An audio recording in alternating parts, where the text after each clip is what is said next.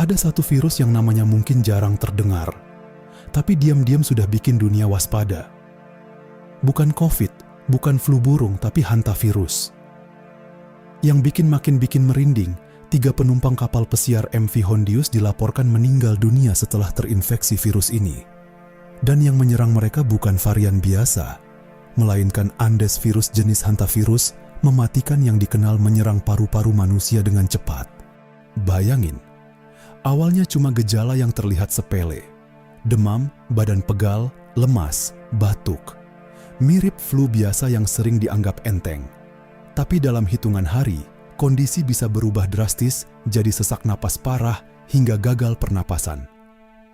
Tingkat kematian untuk tipe HPS atau Hantavirus Pulmonary Syndrome bahkan disebut bisa mencapai 60%. Itu sebabnya WHO sampai ikut memberi peringatan soal potensi munculnya lebih banyak kasus di dunia. Yang bikin publik makin khawatir, ternyata Indonesia juga sudah mencatat kasus hantavirus. Kementerian Kesehatan melaporkan ada 23 kasus sejak 2024 sampai 2026. Memang sebagian besar pasien sembuh, tapi 3 orang dilaporkan meninggal dunia.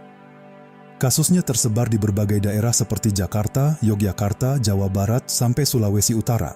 Dan disinilah bagian yang bikin banyak orang mulai merasa relate, karena sumber penularannya ternyata dekat dengan kehidupan sehari-hari. Hantavirus bisa menyebar lewat kontak dengan tikus atau celurut, termasuk dari urin, kotoran, atau cairan tubuh hewan tersebut.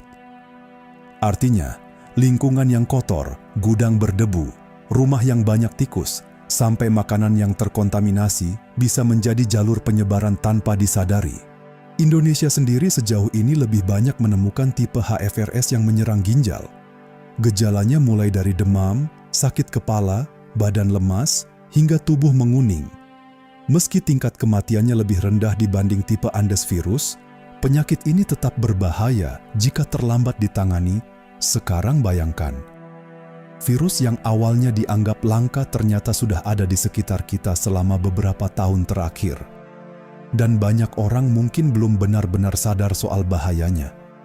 WHO memang mengatakan wabah ini masih bisa dikendalikan, tapi syaratnya satu, masyarakat harus lebih waspada dan menjaga kebersihan lingkungan dari paparan tikus.